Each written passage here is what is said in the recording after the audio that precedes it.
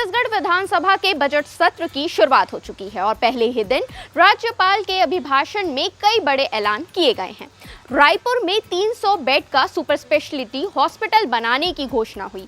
ग्रामीण महिलाओं के लिए 137 महतारी सदन बन चुके हैं और 212 निर्माणाधीन हैं। वहीं नक्सल मोर्चे पर सरकार ने दावा किया कि पिछले 2 वर्षों में 532 नक्सली न्यूट्रलाइज किए गए, 2704 ने सरेंडर किया और 2004 गिरफ्तार हुए। बात करें बजट की तो इस बार का budget good governance, infrastructure, technology और उद्योग पर केंद्रित रहेगा। साथ ही युवाओं, महिलाओं और किसानों के लिए विशेष योजनाएं लाई जाएंगी। वहीं जिलों में नालंदा लाइब्रेरी, शहरों में स्टेडियम और रिंग रोड बनाए जाएंगे तथा अंतर्राष्ट्रीय क्रिकेट स्टेडियम में शहीद वीर नारायण सिंह की प्रतिमा भी स्थापित की जाएगी।